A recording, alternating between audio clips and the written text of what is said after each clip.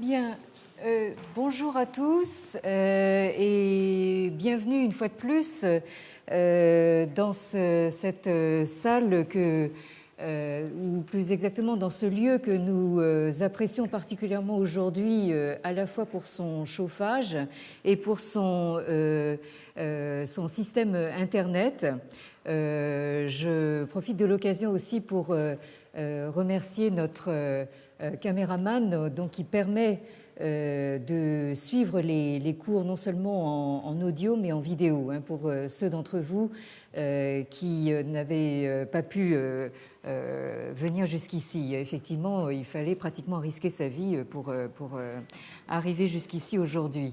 Ce qui me fait dire d'ailleurs que les semaines passent et semblent se ressembler, puisque encore une fois nous nous étions quittés dans la neige, nous nous retrouvons dans la neige. Et d'autre part, la semaine dernière, je vous rappelais comment Confucius se trouve instrumentalisé dans la Chine actuelle. Et donc, comme certains d'entre vous le savent peut-être, aujourd'hui est un grand jour puisque nous sommes à la veille de la remise du prix Nobel de la paix, donc à Liu Xiaobo, qui ne peut pas aller chercher son prix pour la bonne raison qu'il est en prison. Donc la Chine a imaginé, puisque nous sommes dans l'ère de l'invention, donc d'inventer une sorte de prix Nobel, de prix anti-Nobel, on pourrait dire, en inventant donc son propre prix qui s'appelle, je vous le donne en mille, le prix Confucius, et qui est donc attribué aujourd'hui. Il est attribué donc à Monsieur Lian Zhan, qui est un ancien ministre donc du parti nationaliste Kuomintang, donc ici à Taïwan, et qui représente donc pour la Chine évidemment un symbole de paix dans la mesure où il a beaucoup facilité le rapprochement donc entre les deux rives. Alors donc la semaine dernière, nous avons repris le fil de ce que nous pourrions appeler la généalogie de Confucius philosophe, dont les origines remontent à la médiation jésuite au XVIIe, XVIIIe siècle et qui s'est trouvée mise en cause par la philosophie des professeurs, si on peut l'appeler ainsi, développée dans le cadre universitaire de l'Europe du XIXe siècle.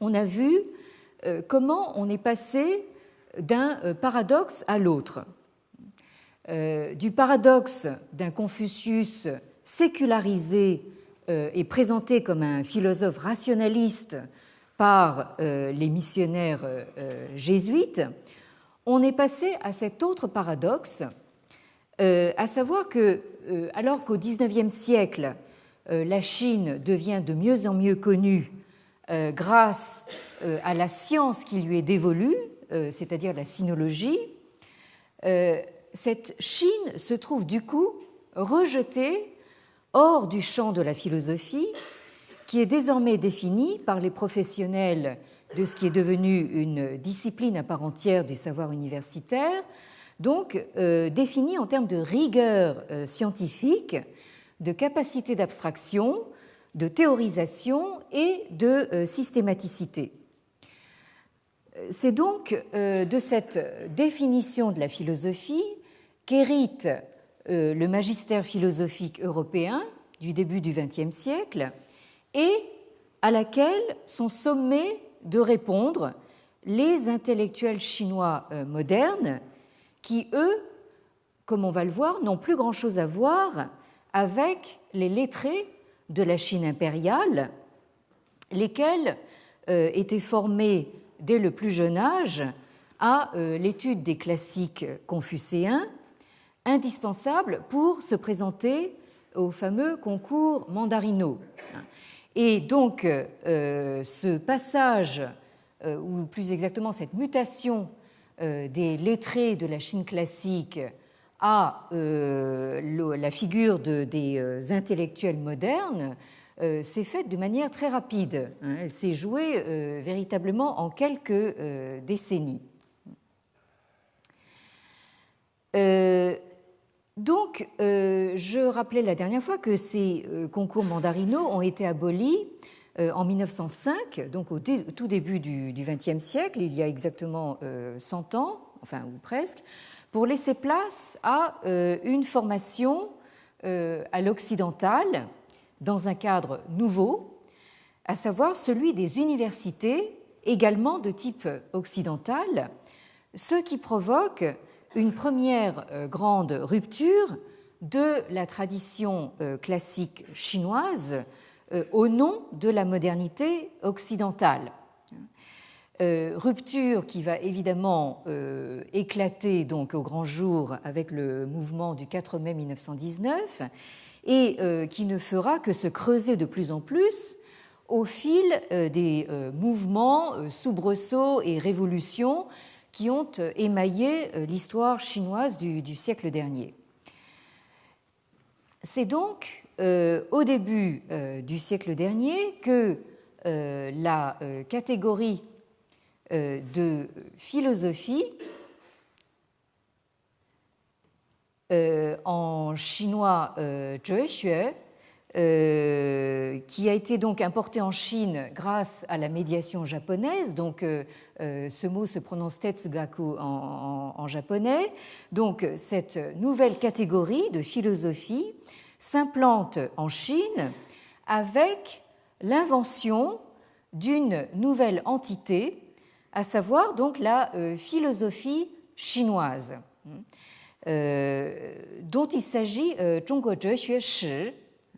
dont il s'agit de définir les caractéristiques et de retracer l'histoire dans des termes qui sont en fait préétablis par la philosophie européenne du XIXe siècle.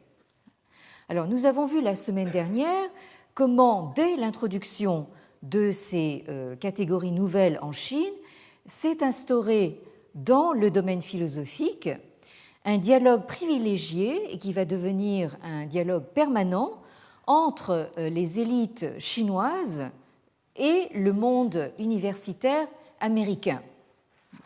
Alors, je rappelle que les toutes premières histoires de la philosophie chinoise en chinois, qui ont dominé la première moitié du XXe siècle, sont dues à deux grands intellectuels qui se trouvent avoir été tous les deux formés dans leurs études doctorales à l'université Columbia de New York par le philosophe pragmatiste américain John Dewey. Alors, il s'agit premièrement de Hu Shi, donc, qui est l'auteur de cette histoire de la philosophie chinoise dans ses grandes lignes, puisque c'est le sens exact de ce titre, 中国哲学史大纲, qui est paru en 1918, c'est-à-dire donc à la veille du mouvement du 4 mai 1919, dont je rappelais la dernière fois que Hu Shi a été véritablement une figure de proue. Et Hu Shi, donc je le rappelle aussi, venait d'obtenir son doctorat à Columbia, donc sous la direction de Dewey en 1917, avec une thèse intitulée The Development of the Logical Method in Ancient China, c'est-à-dire donc le développement de la méthode logique dans la Chine ancienne. Alors, d'où l'importance de ce mot logique, de ce qualificatif de logique pour Hu Shi, qui se traduit donc en chinois de manière purement phonétique par le mot luoji que vous avez ici. Donc là, vous avez une des techniques de traduction des termes importés du vocabulaire occidental, très souvent donc par l'intermédiaire donc justement de cette médiation japonaise, mais ici donc vous avez une technique qui consiste à transcrire de manière phonétique donc des mots occidentaux dans leur prononciation anglaise. Donc logic donne luoji en chinois. Alors pendant 2 années pleines, et c'est à ce moment-là que s'enracine donc justement ce dialogue sino-américain. À partir de mai 1919, c'est-à-dire juste au moment où commence le mouvement étudiant, jusqu'à juillet 1921, Dewey, donc le professeur de Rouche, fait une tournée en Chine de quelques 70 conférences. C'est quelqu'un de tout à fait infatigable. Donc 70 conférences en 2 ans, avec son ancien étudiant Rouche comme interprète. Et la chose évidemment croustillante pour nous, c'est de savoir que Dewey s'est même vu décerner à ce titre donc le titre honorifique de second Confucius.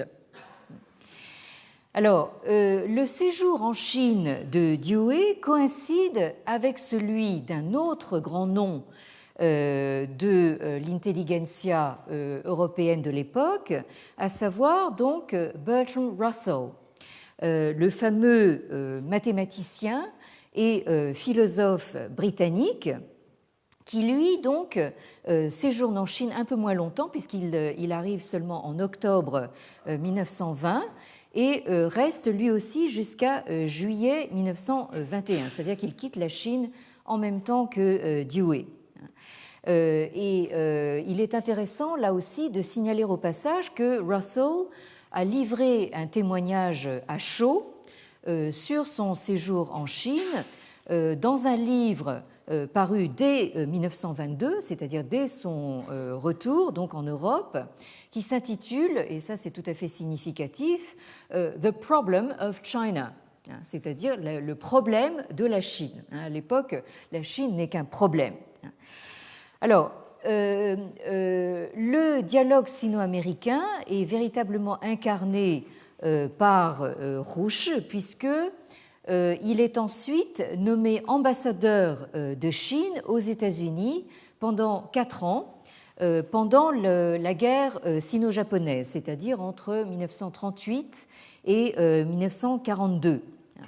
Et après la défaite de Chiang Kai-shek donc, face aux communistes en 1949, Rouche trouve refuge aux États-Unis où il reste jusqu'en 1958.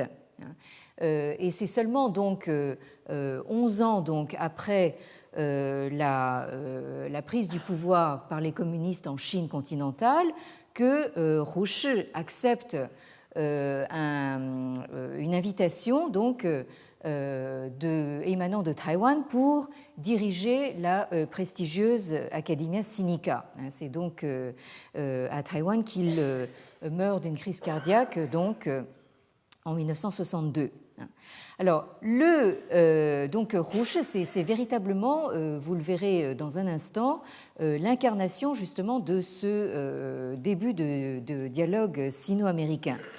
L'autre grand disciple chinois donc, de John Dewey, c'est Feng Youlan, également auteur d'une histoire de la philosophie chinoise.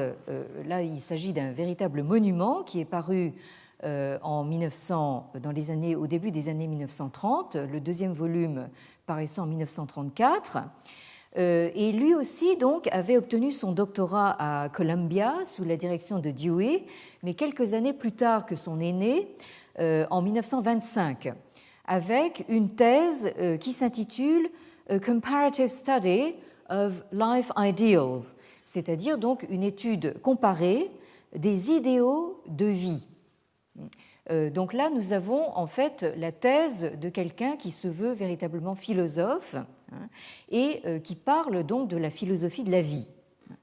Alors, au moment où se termine le conflit sino-japonais en 1945, qui va, comme vous le savez, se muer en guerre civile entre le parti nationaliste, le Kuomintang, donc qui est encore aux affaires actuellement à Taïwan, donc le Kuomintang mené par Chiang Kai-shek à l'époque, et en face le parti communiste, le共产党, donc mené par Mao Zedong. Donc à ce moment-là, en 1945, Feng Youlan, lui aussi, choisit d'aller aux États-Unis, où il enseigne pendant quelques années à l'université de Pennsylvanie, puis à l'université de Hawaï.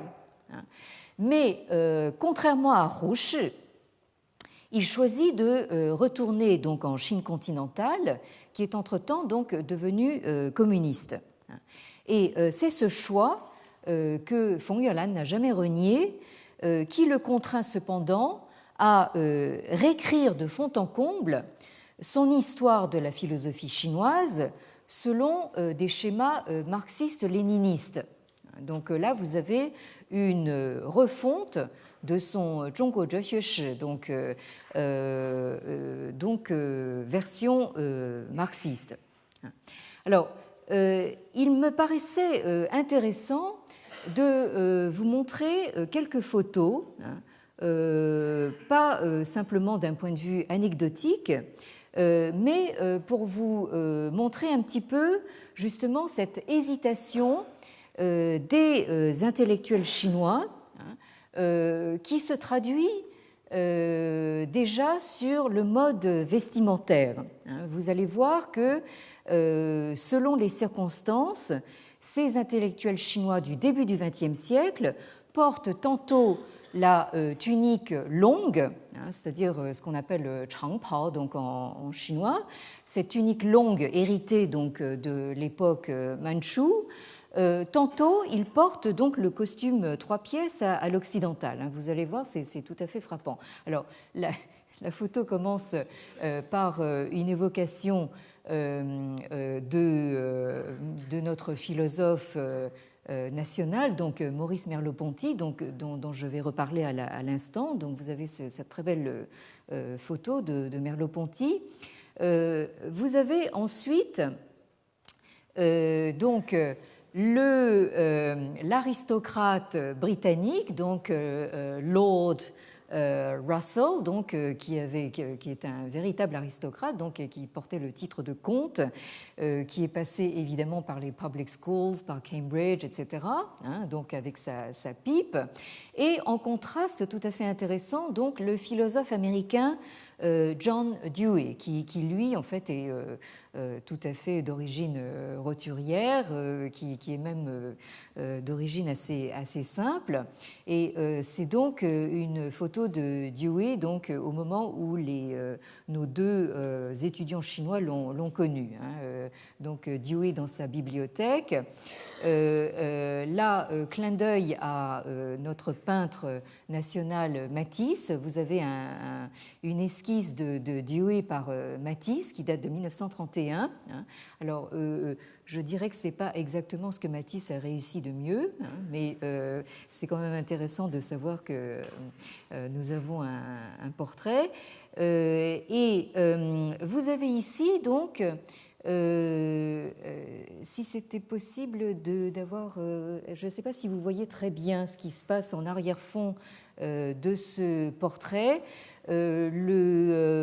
L'auteur de ce portrait importe peu, il s'agit d'un certain monsieur Edwin Child, qui date de 1929, mais ce qui m'intéresse plutôt, c'est ce que vous voyez en arrière-fond ici, qui me semble furieusement ressembler donc à une statuette représentant Confucius. Là, nous sommes en 1929, donc Dewey est revenu de Chine, et je pense que ça, c'est un de ces genres de souvenirs très encombrants que les Chinois aiment offrir donc à leurs hôtes de passage. Et je pense que c'est aussi un petit peu un clin d'œil à ce titre honorifique de second Confucius qu'on lui a attribué pendant qu'il était en Chine, justement. Ensuite, vous avez donc, voilà, alors là commence justement cette espèce de valse vestimentaire, si je puis dire.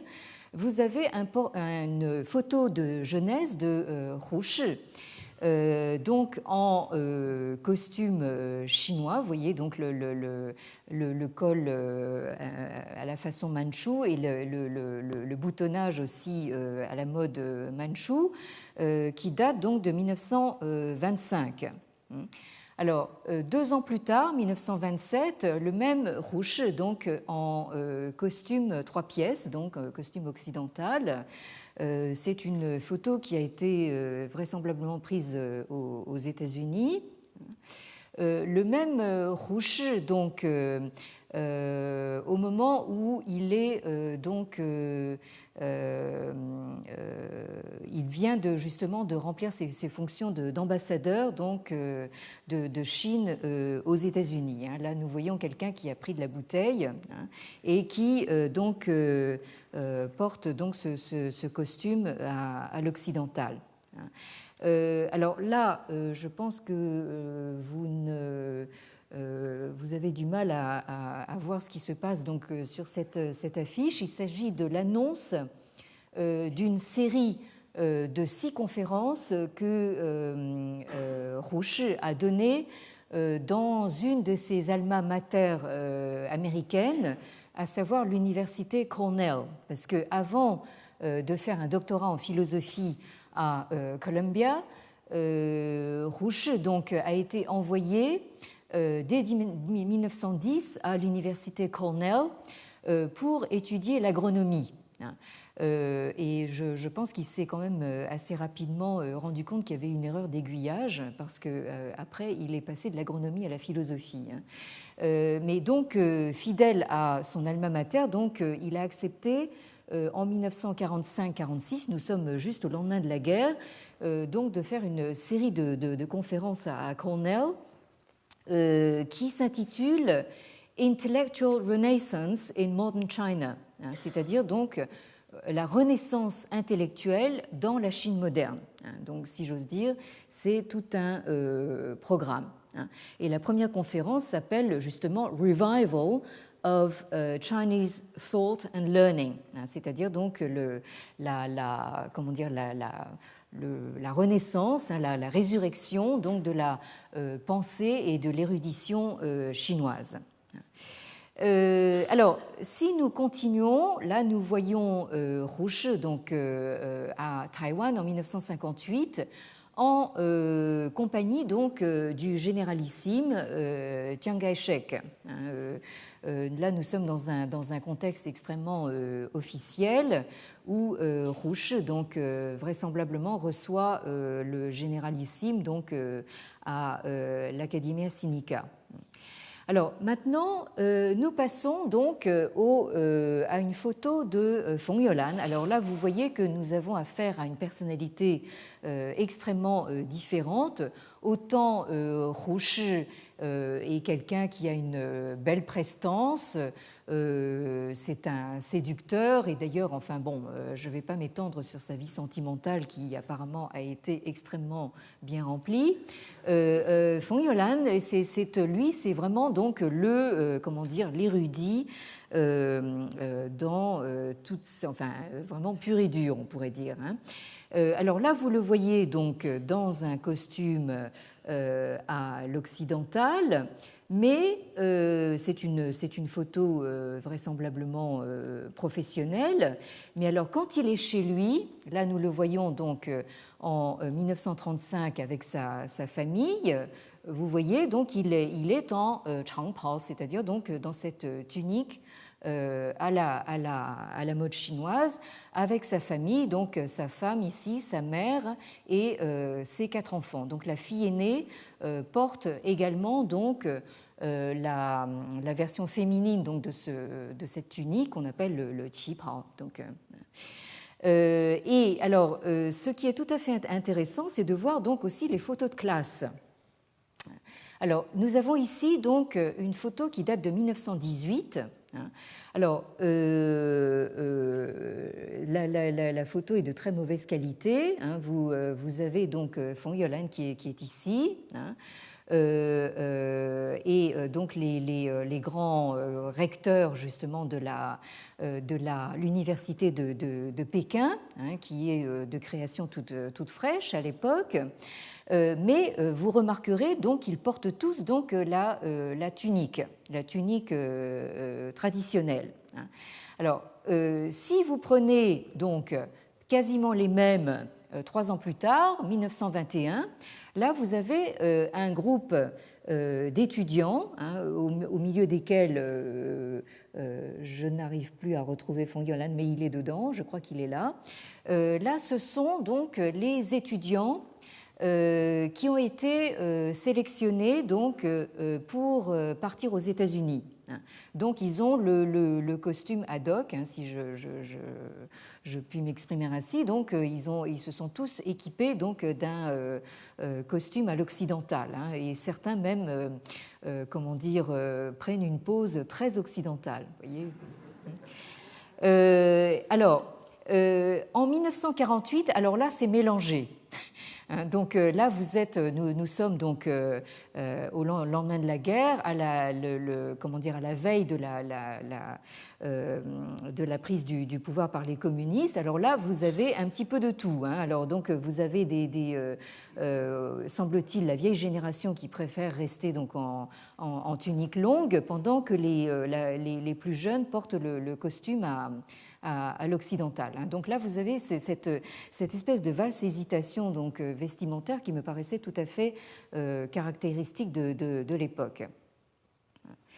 Bien.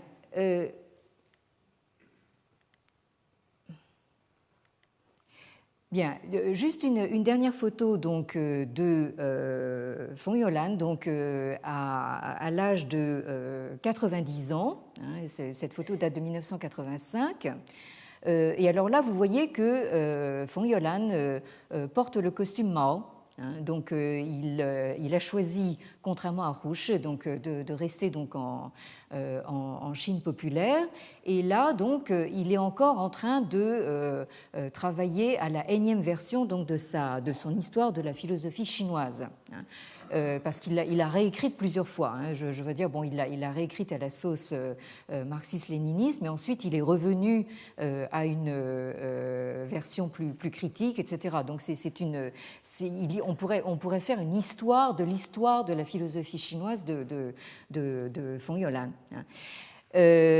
Bien. Alors, donc, j'arrête là pour le moment cette galerie de photos, mais je pense que ça vous illustre bien un petit peu l'atmosphère de cette époque où nous avons des intellectuels qui sont placés devant des choix.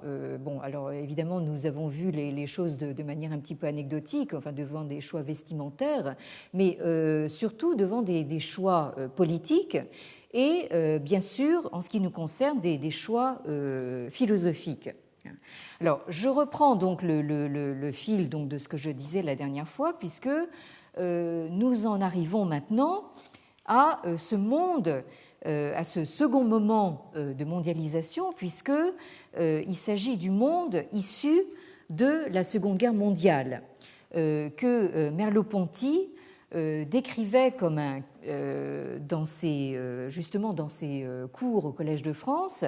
Il a décrit ce monde comme un chaos et un monde humain illisible. Mais c'est précisément du fait qu'il est issu d'un conflit mondial que ce monde ouvre une nouvelle ère de mondialisation, laquelle a eu son effet, comme on l'a vu, sur le destin contemporain de Confucius. Alors, nous commencions la dernière fois à examiner la manière dont Merleau-Ponty, dans le volume collectif qu'il a fait paraître en 1956, Les philosophes célèbres, dont Merleau-Ponty a choisi de consacrer la toute première partie du volume à l'Orient et la philosophie. Et donc, il a fait précéder cette première partie d'un texte liminaire qu'il a rédigé lui-même et qui commence ainsi. Alors, je reprends rapidement donc la citation que je vous lisais la dernière fois, ne serait-ce que par plaisir, justement, de lire le beau style de Merleau-Ponty. Cette immense littérature pensante, qui exigerait à elle seule un volume, fait-elle vraiment partie de la philosophie? Est-il possible de la confronter avec ce que l'Occident a appelé de ce nom? La vérité n'y est pas comprise comme l'horizon d'une série indéfinie de recherches, ni comme conquête et possession intellectuelle de l'être. C'est plutôt un trésor épars dans la vie humaine avant toute philosophie et indivis entre les doctrines. La pensée ne se sent pas chargée de pousser plus loin les tentatives anciennes. Là, pendant ce temps-là, mon ordinateur en profite pour s'éteindre, pourvu que j'arrive à le rallumer.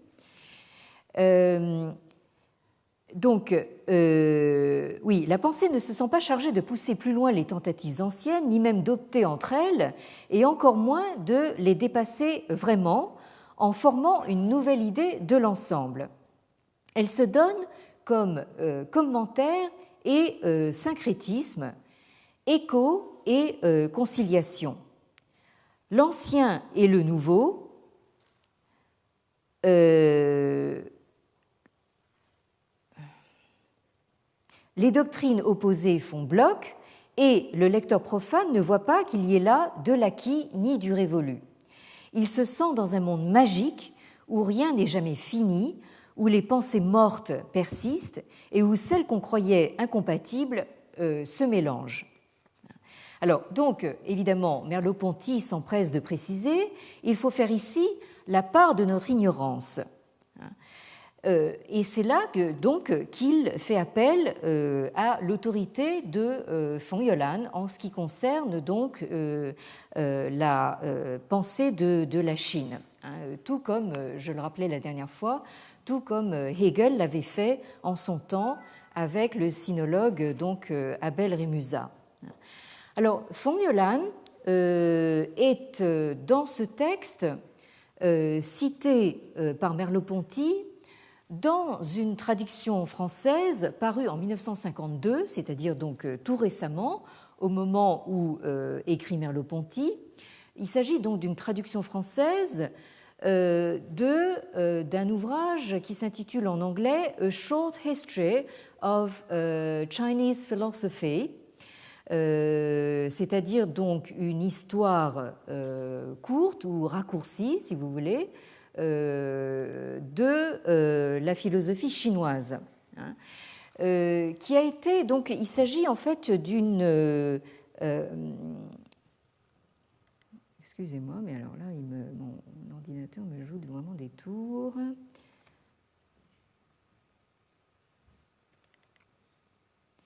J'ai besoin de ce glossaire. Donc, il s'agit donc de cette version abrégée de l'histoire de la philosophie chinoise, version abrégée qui a été rédigée directement en anglais par von Jolan lui-même et qui est paru donc à destination d'un public anglophone, occidental, donc à New York en 1948. Donc vous avez donc le titre en anglais ici. Alors, dès les premières phrases du chapitre introductif de cet abrégé de la philosophie chinoise, ce chapitre introductif est d'ailleurs intitulé The Spirit of Chinese Philosophy, l'esprit de la philosophie chinoise. Donc, dans ce chapitre introductif, von Jolan parle sans ambages de la philosophie chinoise, c'est-à-dire qu'il considère sans ambages et sans complexe que la philosophie chinoise existe, et il considère même les 4 livres, les Sishou du corpus canonique confucéen, dont font partie donc les Entretiens de Confucius. il considère donc ce corpus comme de la philosophie. Et Feng Youlan poursuit en disant ceci: For my part, what I call philosophy is systematic, reflective thinking on life. A philosopher must philosophize. That is to say, he must think reflectively on life and then express his thoughts systematically. Donc, pour ma part, ce que j'appelle philosophie, c'est donc une forme de pensée systématique et réflexive sur la vie. Donc, un philosophe a pour devoir de philosopher, c'est-à-dire il a pour devoir de penser ou de réfléchir, de penser de manière réflexive sur la vie et ensuite d'exprimer ses pensées de manière systématique. Donc, nous voyons ici que Feng Youlan définit la philosophie comme donc de la pensée systématique et réflexive sur la vie. Alors, nous avions vu que le mot-clé pour Hu Shi, c'était la méthode logique, donc luoji en chinois. Pour Feng Youlan, les mots-clés qu'il utilise en anglais pour donner sa définition de la philosophie sont donc systematic et reflective. Et dans la version chinoise de son histoire de la philosophie chinoise, donc dans son Zhongguo Zhexue Shi, ces deux termes correspondent aux termes chinois que vous avez ici, xitong et zijue.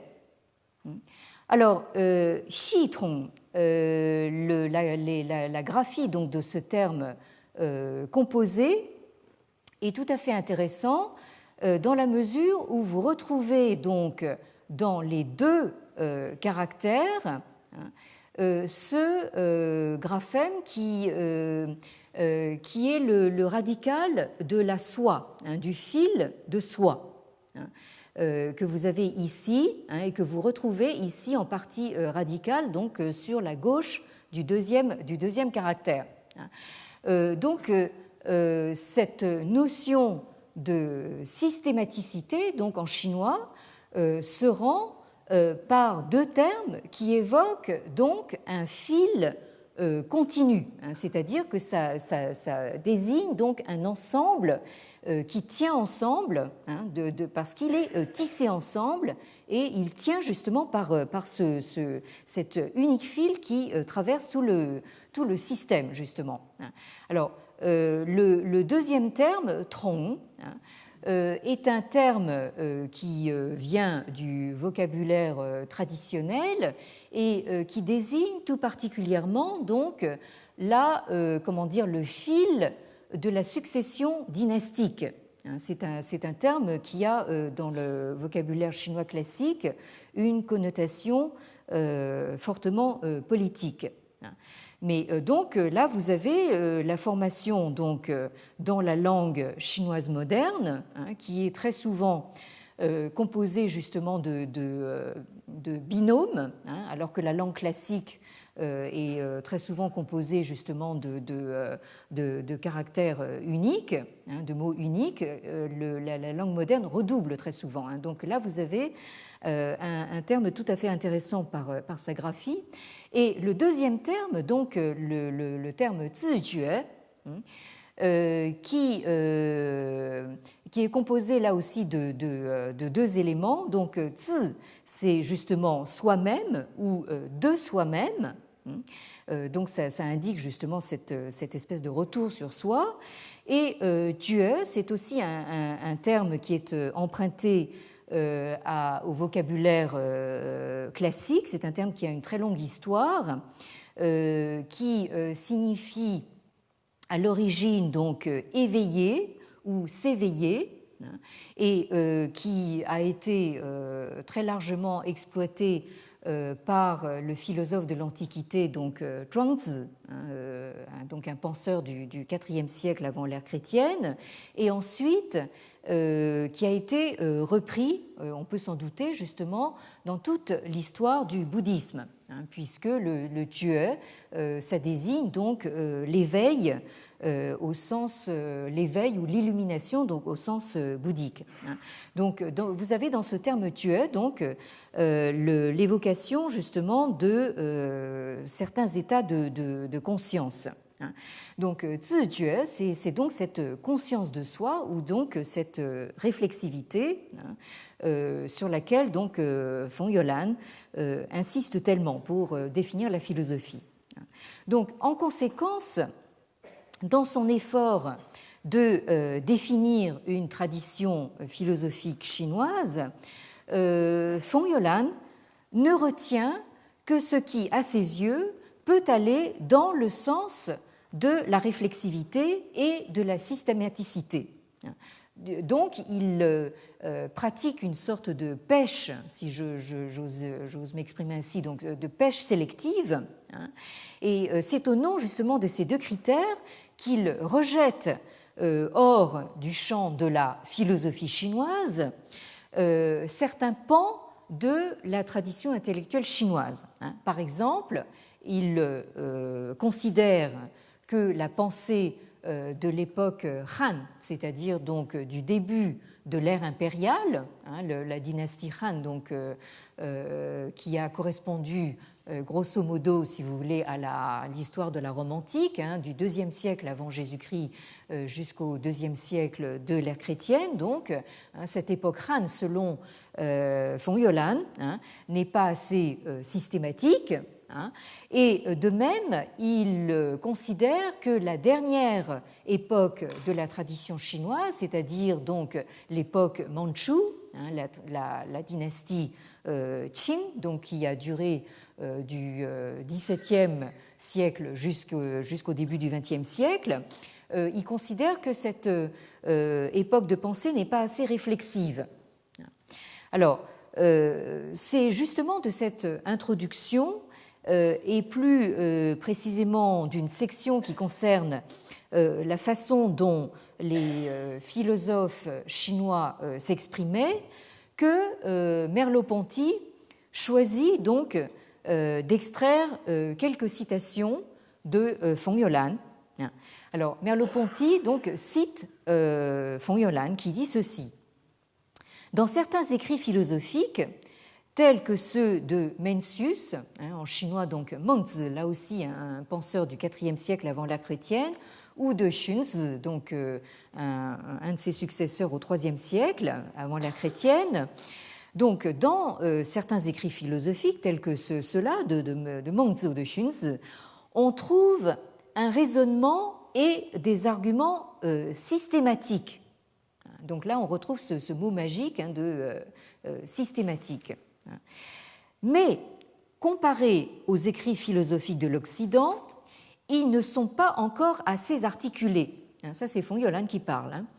C'est un fait que les philosophes chinois avaient l'habitude de s'exprimer sous forme d'aphorismes, d'apophthegmes ou d'allusions et d'apologues. Alors ça, notons au passage, ça c'est moi qui parle, c'est éminemment le cas des entretiens de Confucius. Donc là, il y a véritablement un problème. Alors, Feng Youlan poursuit en disant « Les paroles et les écrits des philosophes chinois sont si inarticulés que leur puissance de suggestion est sans limite. » Bon, alors donc là, vous voyez que Feng Youlan se croit obligé de prendre un ton très apologétique pour rendre compte de la concision, du manque de suite et d'articulation dans les idées qui caractérisent selon lui les textes chinois qu'il a désignés lui-même comme philosophiques, puisque comparés aux écrits de la philosophie occidentale, ils sont toujours trop allusifs, trop aphoristiques, trop métaphoriques, bref, pas assez systématiques.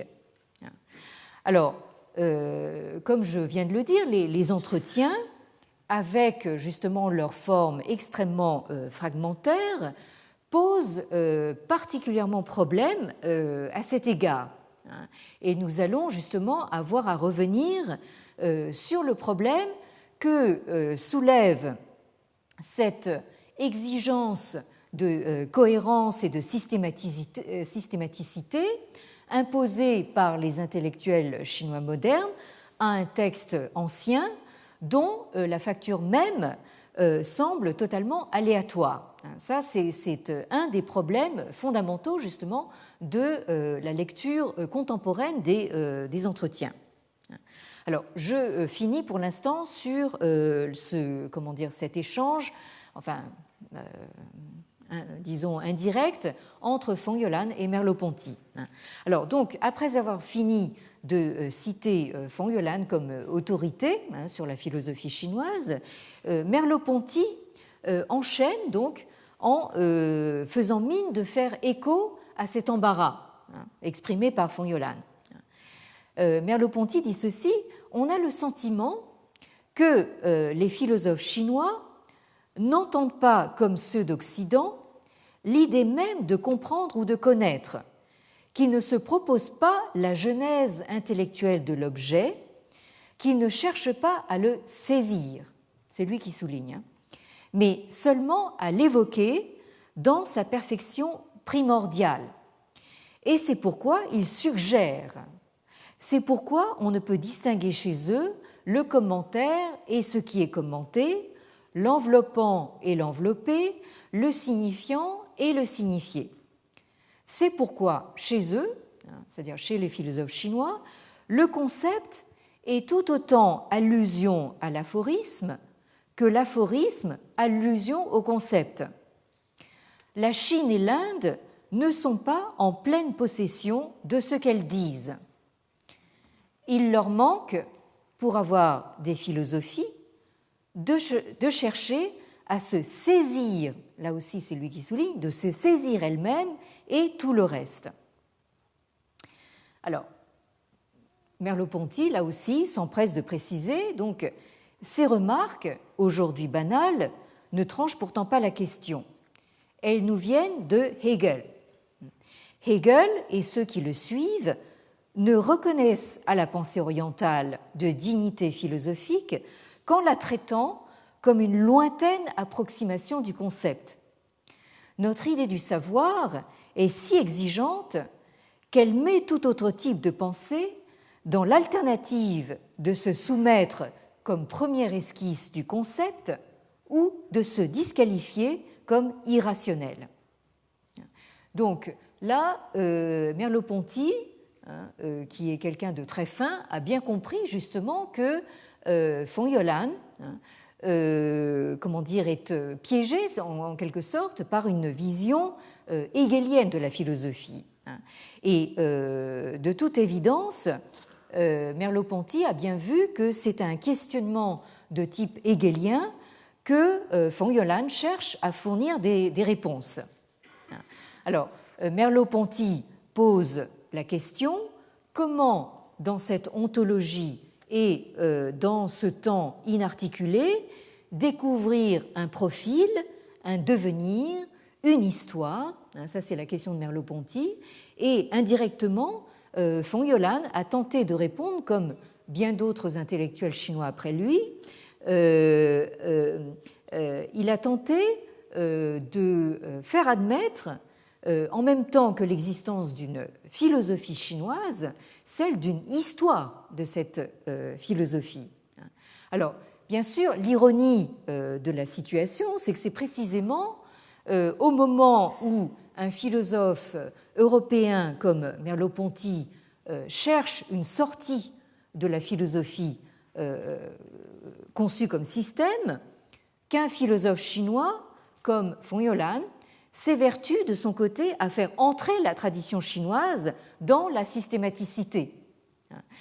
Alors, il suffit justement de voir les considérations de Merleau-Ponty dans son avant-propos général à ce volume collectif paru en 1956 dont je parlais tout à l'heure, donc Les philosophes célèbres. Alors, Merleau-Ponty dit ceci donc dans l'avant-propos général. On n'entre pas au panthéon des philosophes pour s'être appliqué à n'avoir que des pensées éternelles. Et l'accent de vérité ne vibre jamais si longtemps que quand l'auteur interpelle sa vie. Donc là, nous avons un écho justement de cet intérêt des philosophes chinois pour la philosophie de la vie. Merleau-Ponty continue ainsi, les philosophies du passé ne survivent pas dans leur esprit seulement comme moment d'un système final. Leur accès à l'intemporel n'est pas l'entrée au musée. Elles durent, avec leur vérité et leur folie, comme entreprise totale, où elles ne durent pas du tout. Hegel lui-même, cette tête qui a voulu contenir l'être, vit aujourd'hui et nous donne à penser non seulement par ses profondeurs, mais aussi par ses manies et ses tics. Les tics de Hegel, c'est assez amusant à imaginer. Je continue sur Merleau-Ponty. Il n'y a pas une philosophie qui contienne toutes les philosophies. La philosophie tout entière est, à certains moments, en chacune. Pour reprendre le mot fameux, son centre est partout et sa circonférence nulle part.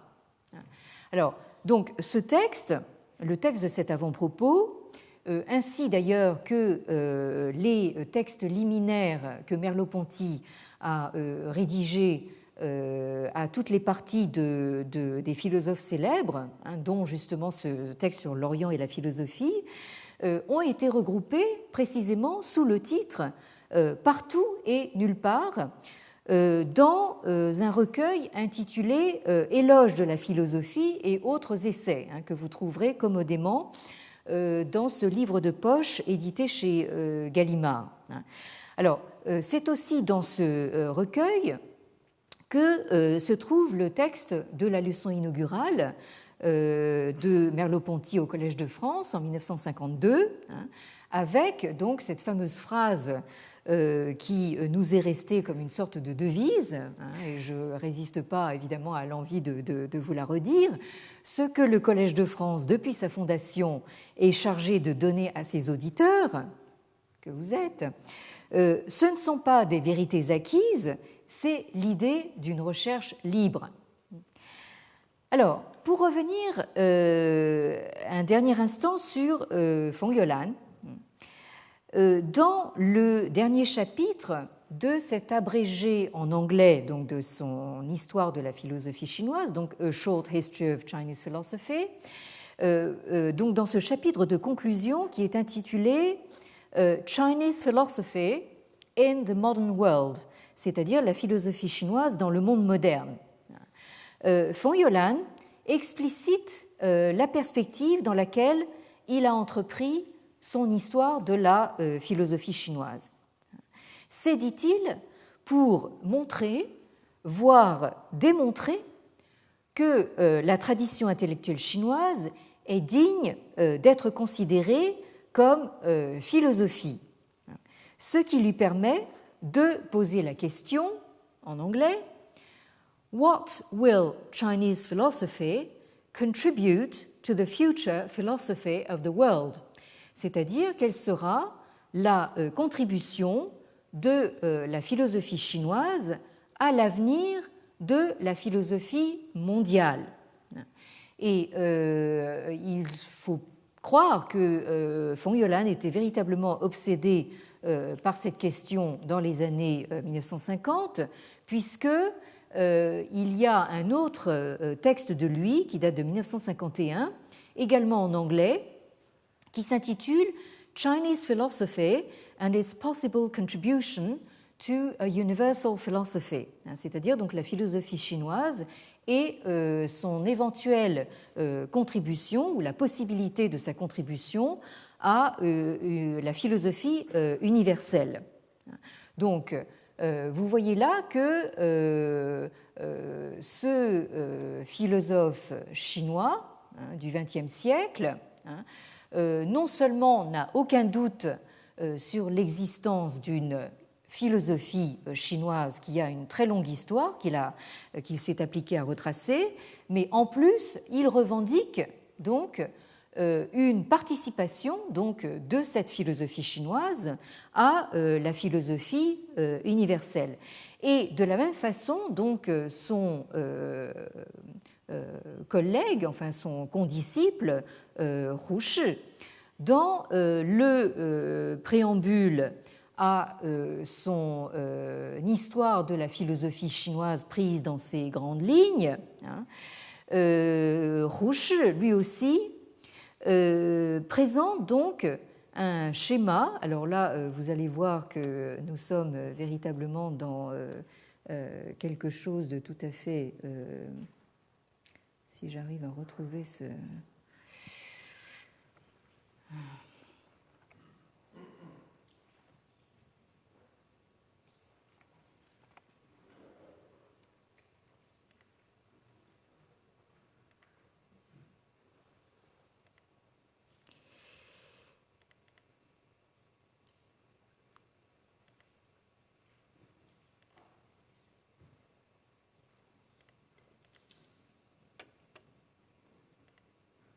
Oui, j'ai quelques ennuis. Voilà, ici.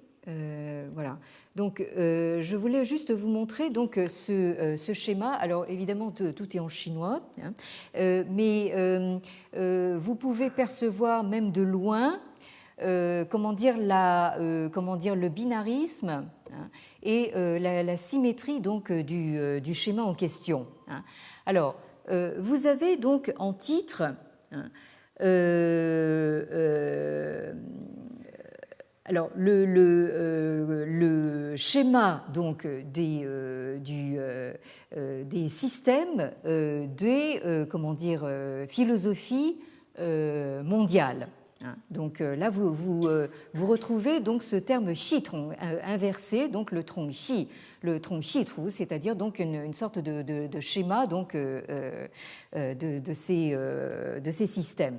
Alors, vous avez donc d'un côté donc, du binarisme, tong, c'est-à-dire donc l'est, et de l'autre côté du binarisme, xi, c'est-à-dire l'ouest.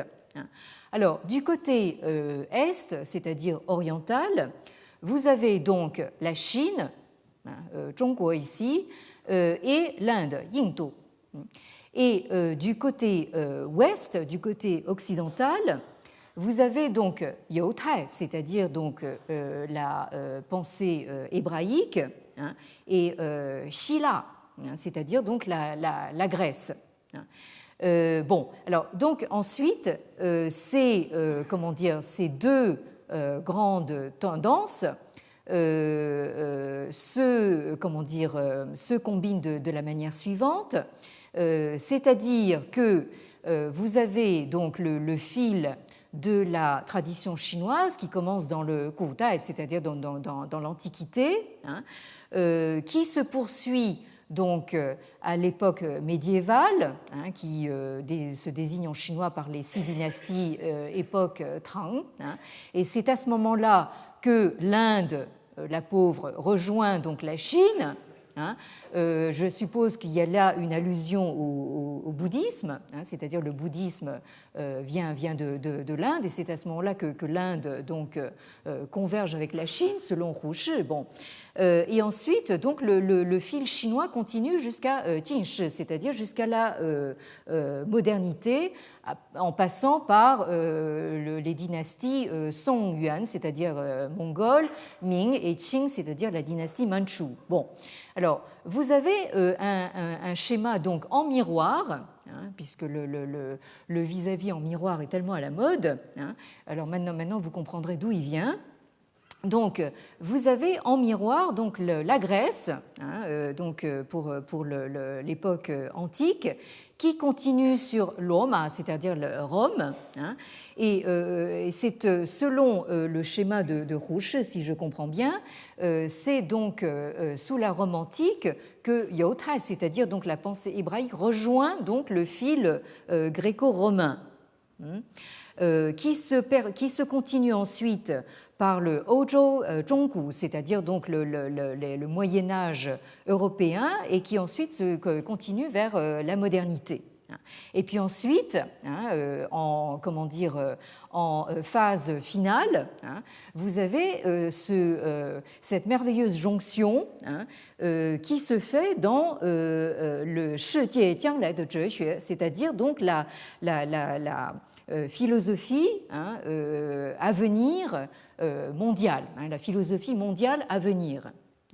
Donc, je voulais terminer la séance d'aujourd'hui justement sur ce schéma parfaitement symétrique, tellement satisfaisant pour l'esprit, mais pour vous montrer à quel point donc il y a cette revendication donc de la part des philosophes chinois modernes, justement d'une participation donc à la philosophie universelle. Merci de votre attention et attention de ne pas faire de mauvaises chutes en sortant d'ici. Merci.